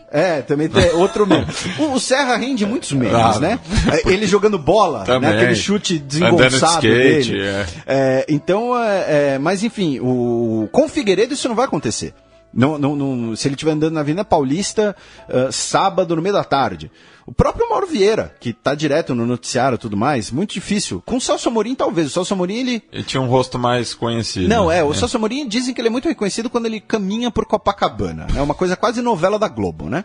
Mas, enfim, tá aí, mantendo a saúde e tal. Ele tá melhor que eu, maluco. Né? Eu não vou chegar na idade que ele tem. Mas, então, assim, isso mostra a importância da política externa brasileira no debate político, e eu vejo como um legado do Celso Amorim, e eu vejo isso como muito bom, mas também é uma demonstração do peso do nome do Serra, e aí a gente vai entrar nisso também. A gente não tem como falar de coisas de um ponto de vista mais pragmático ainda, apenas o seguinte, aquela questão sobre o comércio exterior ser unido ou não com o Ministério da Defesa, com o Itamaraty, que falamos disso na entrevista com o Matias Spector. Repito, ouçam a entrevista com o Matias Spector, que é muito boa, concordando com ele ou não. O que acontece? A Agência Brasileira de Promoção de Exportações e Investimentos, a APEX, que fazia parte do Ministério do Desenvolvimento, Indústria e Comércio Exterior, a APEX vai sim para o Itamaraty. Inclusive, ela tinha uma certa redundância com o Itamaraty, né? As duas estruturas acabavam às vezes se sobrepondo. Agora, a Câmara de Comércio Exterior, a CAMEX, que é o colegiado de ministros que dá as linhas políticas do comércio exterior, essa estrutura ela não vai para o Itamaraty, como mencionado no programa anterior, porém ela vai para a Presidência da República. Então, pode ser que, pela proximidade entre Serra e Temer, nós tenhamos aí se não vou dizer interferência, mas uma harmonia, para ficar em outro termo que o Temer usou no seu discurso, né, do Itamaraty com a CAMEX, porque ela agora não é mais parte do Ministério, agora ela é parte da Presidência da República, da Presidência como a instituição. Lembrando que a Presidência da República não é apenas o presidente, né? Envolve toda uma série de instituições, tem inclusive sua própria bandeira, aquela bandeirinha que vai na frente do carro presidencial. E o Serra, ontem, na página do Facebook do Serra, abro aspas, acabei de assumir o Ministério das Relações Exteriores do governo Michel Temer. Na semana que vem, apresentarei os delineamentos da nova política externa brasileira. Ou seja, semana que vem a gente vai ter mais material para falar. Por isso que eu disse que não tem algo mais concreto. Não tem algo muito palatável para falar ainda. Porém, esse nova política externa brasileira, e aí chegamos no ponto final aqui desse bloco, que já está bem gigante, mas estamos tentando ser bem abrangentes, que é a gente avaliar os prós e os contras da nomeação do Serra. Os prós, eu vou basicamente citar o Matias Spector, né, que é um nome de peso, como a gente brincou, um nome que é um cara que é reconhecido na rua e tudo mais, para recuperar o prestígio do Itamaraty, poder se focar, ele como economista inclusive, poder se focar nessa diplomacia fenícia de abrir mais a economia brasileira, participar mais de estruturas comerciais, e que foi algo negligenciado pela Dilma, tanto a política externa como essa parte também um pouco mais econômica. Então, esses seriam os prós, né? Um nome de peso que serve para recuperar e um nome que facilita, que tem mais intimidade, por assim dizer, com questões econômicas de política externa. Porém, os contras é que, primeiro, nós temos aqui quando ele fala em nova política externa brasileira, nós temos um tom claramente de ruptura por apoio político. Né? Um discurso está por ver ainda, mas nós temos uma ruptura no próprio Itamaraty, né? Como a gente disse, de 20 anos com apenas diplomatas de carreira, ou no mínimo um acadêmico do mundo diplomático no cargo, e agora nós temos essa ruptura em troca de apoio político do PSDB. E é o seguinte, hoje, sexta-feira 13 de maio de 2016, a gente não pode cravar o nome que vai ser candidato do PSDB à presidência em 2018. Pode ser Aécio, que é o presidente nacional do partido e último candidato, e líder do partido no Senado.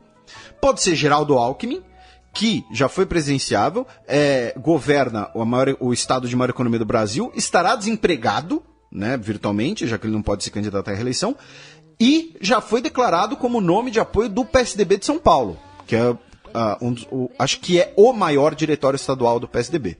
E o Serra. O Serra, que as divisões internas no PSDB ligadas ao Serra são folclóricas. O Serra é um cara que quer ser presidente em algum momento, ele tem esse desejo, e isso não é condenável, não vejo isso como... Não, o cara quer ser presidente, tudo bem, eu também gostaria de ser, mas enfim. O Matias também. Não quero. Eu vou te nomear, eu vou ser presidente e te nomear presidente, entendeu? O bagulho é assim, é stalinismo. Mas, brincadeiras à parte, ou seja, nós temos uma disputa interna ao PSDB nesse cenário. E o Serra, ao se tornar chanceler, a gente já apontou isso aqui antes, é um cargo que dá muita visibilidade, muito prestígio ao seu ocupante. Não permite controlar pastas gordas, mas dá muita visibilidade. A gente falou disso 2 programas atrás, o Matias Spector falou disso no último programa. Então, talvez o principal contra... Citando até o Fernando Henrique como exemplo. Como exemplo, Fernando Henrique foi chanceler e depois virou presidente. Foi ministro da Fazenda e depois virou presidente. Claro, ficou muito mais popular por conta do Plano Real, mas já era um rosto bastante conhecido.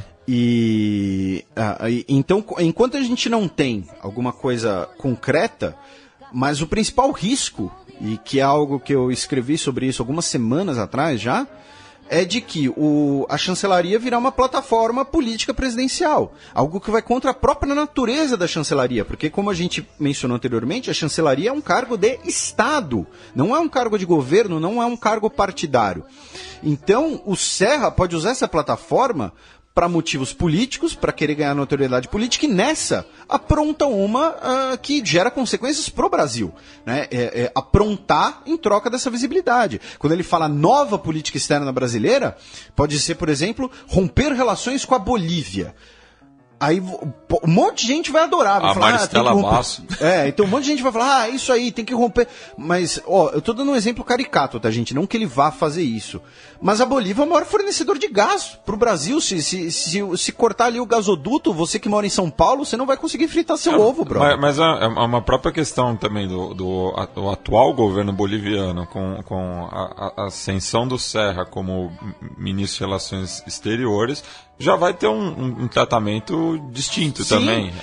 As relações já não são as mesmas. Sim, e aí entra as diversas declarações do Serra em relação à Bolívia, em relação ao Mercosul, em relação ao Paraguai, em relação à China. Ele já, e a mais caricata dessas, né, de que, até coloquei aqui, mas isso é uma brincadeira, tá, gente?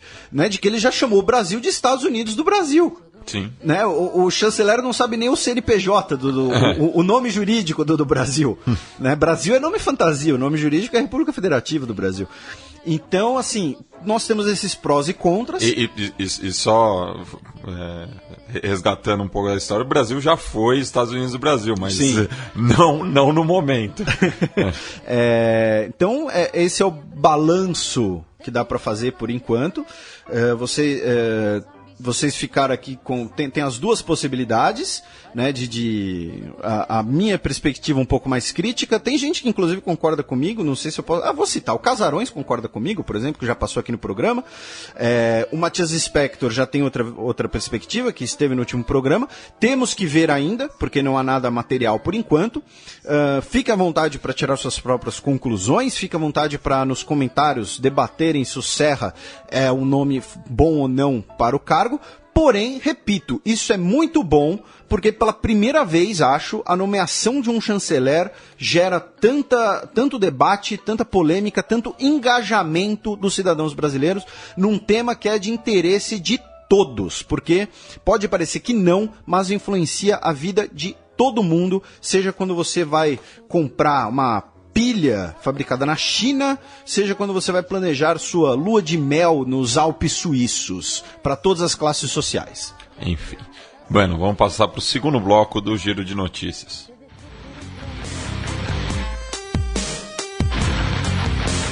Giro de Notícias. Notícia da última quarta-feira, dia 11 de maio. Atentados do Estado Islâmico deixam 93 mortos em Bagdá. Nós tivemos 3 explosões em Bagdá, deixaram pelo menos 93 mortos e 165 feridas. O Daesh reivindicou a autoria do atentado. E lembrando que o Daesh tem perdido território, inclusive no Iraque. Então isso é visto como uma tentativa de uma desestabilização interna, já que o governo iraquiano tem conseguido combater o grupo radical. E uma notícia de hoje, ainda em relação ao Estado Islâmico no Iraque, essa é para os nossos ouvintes do Fronteiras Invisíveis do Futebol, e a Trivela que repercutiu isso aqui no Brasil, que uma penha do Real Madrid no Iraque foi atacada pelo Estado Islâmico, já que o futebol é anti-muçulmano. Peraí, tinha uma torcida do Real Madrid no Iraque? Isso. E na cidade de Balad. Então tá. 16 torcedores. Surpreendente. Ainda na última quarta-feira, dia 11 de maio, Itália aprova uniões civis para casais do mesmo sexo. A Itália se tornou o último país da União Europeia a permitir uniões civis a casais do mesmo sexo, aprovado na Câmara do país por 372 votos a 51, com 99 abstenções, a legislação que já tinha sido endossada pelo Senado. A gente, inclusive, citou aqui no programa, quando o Senado italiano passou, agora foi para a Câmara, passou. Então fica aí, o Matteo Renzi defendeu a decisão. Ele, inclusive, tinha prometido priorizar legislações por direitos gays quando assumiu, em 2014, e na sua conta no Facebook escreveu: hoje é um dia de celebração para muitos, para aqueles que finalmente se sentem reconhecidos. Então fica aí a celebração pelos direitos iguais e, novamente, parecendo piegas, mas pelo amor. Notícia que repercutiu hoje, de ontem, no caso, né? Trump e Hillary procuram candidatos a vice-presidente complementares. Essa por quê? O que seria esse complementares? É uma coisa que a gente comentou. Não, a gente não chegou a comentar. A gente comentou, tipo, eu e você numa mesa de bar, alguma coisa assim, porque o programa nem existia ainda. Mas nas últimas eleições brasileiras, né, e é muito curioso a gente falar disso hoje, né? A Dilma, ela tinha como vice uma figura completamente distinta dela e de outro partido. Isso ajudou ela a ampliar sua base eleitoral, tanto que isso estava na carta do Temer, né, de que o seu vice ajudou a ganhar a eleição e tudo mais. Em compensação, o Aécio teve como vice dele, né, foi uma chapa puro sangue do PSDB. 2 senadores do PSDB da região sudeste, os 2 homens, né, então assim, você não tinha uma mudança demográfica muito grande. E tanto que foi a chapa que perdeu. Já nos Estados Unidos, o Trump e a Hillary estão tentando fazer a mesma coisa, que no caso a chapa Dilma Temer, né, novamente a ironia de falar disso. O Trump estaria procurando uma vice-presidenta, né, uma candidata a vice, uma mulher, justamente para Sarah Palin, para contemporizar um pouco. E a Hillary, por sua vez, estaria procurando um vice-presidente que seja de uma orientação mais à esquerda, justamente para agradar o eleitorado do Sanders. Uma pessoa mais à esquerda dentro do establishment democrata. Você acha que poderia ser o próprio Sanders? Ou... Não, o próprio Sanders, acho que ele não aceitaria de qualquer jeito. Mas são vistos algumas lideranças latinas com essa perspectiva.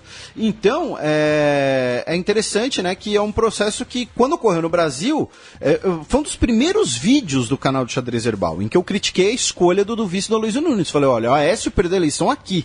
E eu acertei, mas você escolheu um vice que complemente a sua chapa. Ainda nos Estados Unidos, a Hillary disse que, se for eleita, vai divulgar os arquivos sobre OVNIs e disse que o mundo mudou. Enfim, muita gente já celebrou, já começaram vários memes também, obviamente. Né, mas ela disse que vai liberar documentos relativos a OVNIs e que ela vai ir a fundo da questão. Isso é uma ação casada com uma futura temporada de Arquivo X. Pode ser. Ou então porque, né, todo mundo sabe que ela é reptiliana. Né, tem isso a ver também. Ainda nos Estados Unidos, o colunista do Washington Post, Dana Milbank, cumpriu a promessa que ele fez que, se o Donald Trump vencesse as eleições do Partido Republicano, ele comeria as suas palavras. Ele comeu a sua coluna num prato preparado por um chefe de um restaurante chique de Washington, chamado Victor Albisu. O cara preparou um prato usando uma folha de jornal. Né? Tá aí, ele comeu as suas próprias... O mundo mudou mesmo. Não, cumpriu a promessa, pô. Cumpriu a promessa. Comeu, ao contrário do senhor Juca Kfouri, que já disse que ia cortar braço, se o Corinthians... Ia mudar o nome pra Lilian Vitfib. Pra Lilian Vitfib. Não mudou, não cortou o braço. Ele cumpriu a palavra e comeu o jornal. Estamos esperando o seu braço, Juca Kfouri. E finalmente, ainda em relação aos Estados Unidos, o traficante El Chapo, né, que um dos principais traficantes, um dos principais líderes do tráfico no México, ele foi transferido para uma prisão que fica a poucos quilômetros da fronteira com o Texas, e está se especulando que essa transferência já é pensando numa provável extradição dele no futuro. Ainda hoje, morre principal comandante militar do Hezbollah na Síria. O Mustafa Badreddin, comandante militar do Hezbollah na Síria, foi morto em uma explosão perto do aeroporto de Damasco. Ainda não está confirmada a origem do ataque. Especula, inclusive, que teria sido um ato de forças de inteligência israelenses. Lembrando que Israel e o Hezbollah já tiveram uns entreveros nas últimas semanas, né? Além do entreveiro histórico, mas enfim, teve na última semana. E ele era o líder do Hezbollah na Síria, e o Hezbollah, que era uma das principais forças pró-governo do Bashar al-Assad.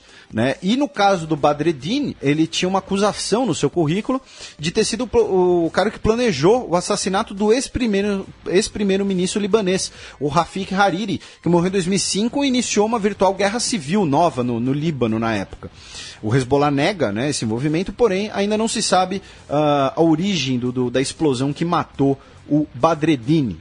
Breaking news! Pela primeira vez na história, a FIFA terá mulher como secretária-geral da entidade. Por que você não falou breaking news na notícia do Hezbollah? Era de hoje também. Não, sim, mas é que essa é a última. Ah, entendi. Não, mas teve 2 breaking news. Tá. Não, que essa é a última do bloco. Você miguelou o breaking news. Mas tá aí, a senegalesa Fátima Samba Diouf Samura. Todo senegalês se chama Diouf? É lei lá? Não sei. Porque assim, metade da seleção do Senegal se chama Diouf. Será que ela tem parentesco? Ela é diplomata, Ela trabalhou nas últimas 2 décadas na ONU, inclusive na Unesco, em entidades iniciativas humanitárias na África. Ela agora é secretária-geral da FIFA, que é o segundo cargo, né, da instituição abaixo do presidente. E segundo o Gianni Infantino, que é o atual presidente, isso faz parte do processo de limpeza e de mudança da imagem da FIFA. Então fica uma dica aí para quem monta ministério, justamente, entendeu o seu Romero Jucá? Mas assim, eu desconfio de todo mundo que assume um cargo na FIFA. Também. Eu joguei o nome dela no Google, mas a palavra corruption. Não encontrei nada por enquanto. Então vamos ver, mas enfim, tá aí. Tá aí. Falando em futebol, falando nele, menino Neymar... Essa semana... olha... Essa premiação a gente geralmente dá para as barrigadas da imprensa em relação à cobertura da política internacional. Mas a gente abriu uma concessão porque... Vai para assessoria de imprensa agora. É grave. Neymar é o nome dele! Neymar é o nome dele! Neymar é o nome dele! Bem, você acabou de tomar posse, nem bem acabou de tomar posse, você recebe uma ligação de um meio de comunicação da Argentina, país vizinho, importante. Né? País importante. Você, pelo menos, deveria saber qual é o timbre da voz do Macri, que inclusive tem um timbre bem específico. Você atende a rádio, acha que se confunde, não sei porquê, que você está conversando com um presidente da Argentina e repercutiu muito que teria sido um trote, mas não era um programa humorístico. Foi uma confusão. Foi uma confusão do próprio Michel Temer. Para contextualizar aqui, o Temer, presidente em exercício do Brasil, conversou com o jornalista Jorge Garcia, da rádio argentina El Mundo. A pronúncia tá boa, Portenho? Achando que era o Macri. E como você disse, não é um programa humorístico, não foi um trote, foi um bate-cabeça, muito provavelmente da assessoria de imprensa do Temer. Né? Por isso que cabe, né? Tudo jornalista ali. Então levaram o menino Neymar, já na primeira semana no cargo. Segundo ele abre aspas aqui, não foi um trote, os assessores fizeram tudo errado e não me filtraram. Então tá aí, o Temer achou que falou com o Macri, mas não falou com o jornalista. A defesa da... Inclusive o Macri em nenhum momento ligou pro Temer também, que fique bem claro. E eu acho que depois dessa não vai ligar tão cedo. A defesa da assessoria do presidente em exercício é de que ligaram no telefone fixo do Palácio do Jaburu, que é o Palácio da Vice-Presidência, se identificando como sendo da equipe do Macri. Mas tá aí, né? Não sei. Mas tá aí o menino Neymar, porque como você disse, essa foi, né? Sabe, começou, enfim, né? E foram diversos ouvintes que mandaram, tem que essa mandaram também. Não venham brigar com a gente, porque foram vários ouvintes que mandaram, tá? A gente apenas está atendendo o desejo dos nossos eleitores. Até esqueci o que eu ia falar. Você ia chamar os peões. Eu ainda ia falar algo sobre o tema, mas vou chamar os peões.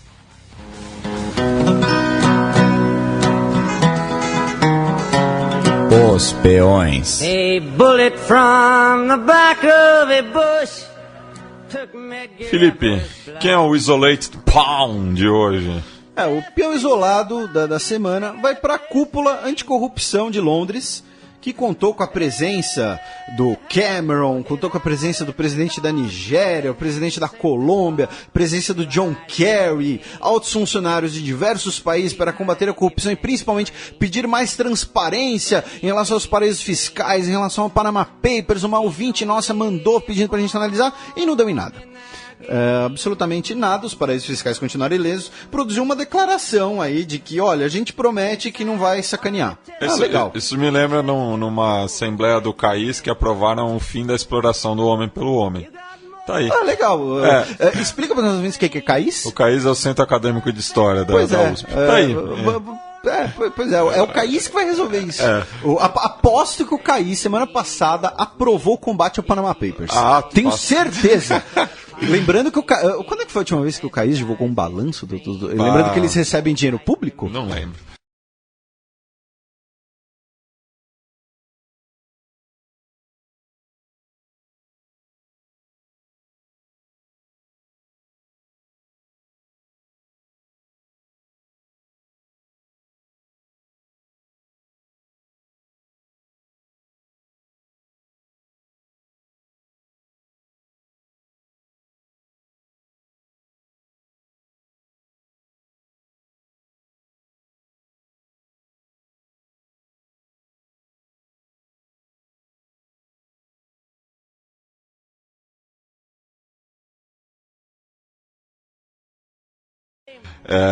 E o peón ascendido de hoje? Olha, esbanjou, hein?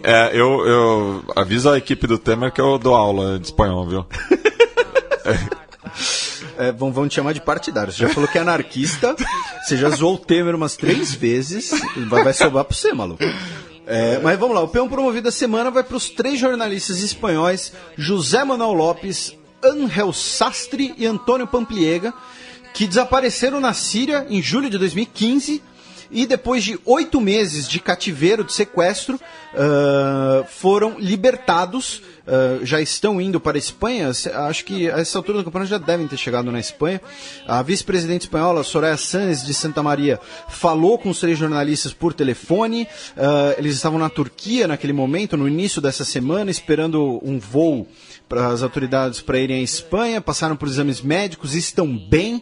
Eles foram sequestrados nos arredores de Alepo, que é a segunda maior cidade da Síria e é a cidade mais disputada durante o conflito.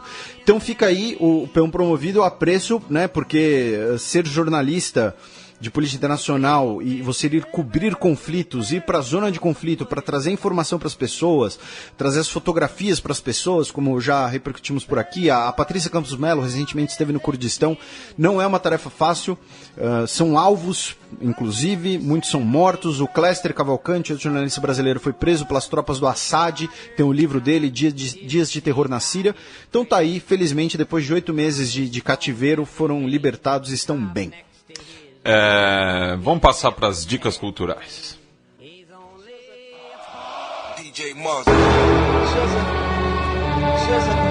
The Almighty, DJ Muzz. Sétimo selo. Muitos ouvintes perguntam sempre das músicas que tocam nas vinhetas. Essa, no caso, é uma música de abertura do álbum Grandmasters do Giza, que é membro do Wu-Tang Clan, com o DJ Muggs. E só recomendando um perfil no Twitter muito curioso que chama Wu-Tang Financial. Então, para você ler notícias sobre o mercado financeiro, enfim, com a visão do Wu-Tang. É bastante interessante. Mas passar para as demais dicas nossas, Felipe. Pra quem pergunta das músicas, tem um vídeo no canal Xadrez Herbal chamado A Música e o Xadrez Herbal, em que eu falo todas as músicas do programa e explico o motivo, porque todas elas têm ligação com o xadrez. Inclusive, o Giza do Wu-Tang Clan é um grande jogador de xadrez e o álbum, esse álbum especificamente, toda a arte dele é ligada ao xadrez. A minha dica cultural dessa semana é um pipocão, é filme de guerra, aqueles filmes de guerra clássicos, para assistir no sabadão, com a pipoca no colo, que é o filme A Águia Pousou, de 76, com o Michael Caine, o Robert Duvall e o Donald Sutherland, o pai do Kiefer Sutherland, que é baseado num livro do Jack Higgins, que é um livro de thriller, de espionagem, de guerra, de ação, que se passa durante a Segunda Guerra Mundial, é uma ficção, numa missão em que paraquedistas alemães são jogados no Reino Unido para tentar sequestrar o Churchill. Mentira, eles não são jogados no Reino Unido. Eles são... acho que eles tentam sequestrar... Ah, não, é no Reino Unido, sim. Eles são jogados no Reino Unido para tentarem sequestrar o Churchill. É um filme bem legal, daqueles filmes de guerra clássicos da década de 60, década de 70. Então tá aí a minha dica, A Águia Pousou. Essa dica, obviamente, é por conta do aniversário da doideira do Rudolf Hess. E a minha dica, baseada no atual presidente filipino, o presidente eleito das Filipinas, é o filme The Act of Killing, um documentário que mostra como funcionaram os esquadrões da morte na Indonésia na década de 60, na ditadura do Suharto, que deu um golpe no governo Sukarno. E eu confesso que eu não consegui assistir esse filme até o final, de tão perturbador que ele é. Não é um filme pipocão, é um filme de embrulhar o estômago, pelo contrário, mas eu acho que esse tipo de coisa não pode passar batida, não podemos esquecê-la da tortura. Então é um filme que merece ser visto, nem que seja 15 minutos. Eu ia falar exatamente isso, que ele precisa de estômago. Inclusive nosso amigo cineasta Rodolfo, ele assistiu esse documentário quando ele estreou, né, na Mostra de Cinema aqui em São Paulo. E ele, pra vocês terem uma ideia, ele disse que uma menina vomitou, tipo, no cinema. Tipo, do lado dele, assim. Nesse nível. Então é embaçado. Felipe, em considerações finais? Novamente agradecer todo mundo que nos ouve, todo mundo que nos apoia nesse 1 ano de existência. Para comemorar, divulguem o programa, compartilhem. E quando vocês... Uma dica, tá, gente? Quando vocês compartilharem, por exemplo, no Facebook, escrevam alguma coisa, porque gera muito mais atenção. Do tipo, olha, esse daqui é um programa de política internacional, é muito legal, ouçam. Gera mais engajamento, mas do fundo do meu... do que pode se chamar de coração, não sei se bate um coração. Não sei, eu sou uma pessoa dura, sou uma pessoa fria. Mas enfim, muito obrigado a todos vocês. Os e-mails estão muito atrasados porque eu vou viajar e vocês terão mais detalhes disso semana que vem. Mas eu vou responder tudo, prometo. Sigam o Xadrez Verbal nas mídias sociais. E 2 avisos finais. Agora, 8 de maio, como não era nenhuma data redonda, então a gente não colocou no bloco das efemérides, mas foi o Dia Internacional da Cruz Vermelha, a fundação da Cruz Vermelha. Um abraço para a nossa querida Ana Luísa de Moraes Campos. E os Panama Papers começaram a ser divulgados. E a nossa pressão deu certo, foi a gente que causou isso. E o link estará no post de Xadrez Verbal, xadrezverbal.com, para você que quiser olhar os Panama Papers. A gente certamente vai tomar esse assunto. Para você que quiser digitar o nome do seu vizinho ou o nome da sua mãe, saber se sua mãe tem conta offshore no Panamá, está escondendo de você, digita lá no Panama Papers. É isso, até a próxima. Esqueci de divulgar um dado durante o programa, que o Instituto de Mercados Emergentes da Universidade de Cornell, justamente onde o Serra fez doutorado, divulgou ontem que o Brasil se junta a Bósnia, Brunei, Hungria, Paquistão, Arábia Saudita, Eslováquia, Tonga e Vanuatu como um governo sem mulheres. Vanuatu, perdão. Sem mulheres no gabinete. No gabinete. Felipe. E com a música? A música, daí eu vou. Você vai ser o voto de Minerva. Porque ontem eu tinha te passado uma música para celebrar a independência paraguaia, mas eu já tô até meio arrependido, tô pensando em uma outra alternativa. Mas ainda é paraguaia? Ainda é paraguaia. Então vai na alternativa. Vai na alternativa. Eu nem sei qual é, mas vai na alternativa. Vamos na alternativa, que é o primeiro hino do Paraguai cantado em Guarani, que é o Tetã Puraí. Então vamos fechar o programa com essa música, porque a outra eu já estava me arrependendo. A outra era dose, né, filho? Enfim, vocês nunca saberão do que eu livrei vocês. Mas vocês já devem estar imaginando. Então vamos aí com a primeira versão do hino Paraguai, Tetã Puraí.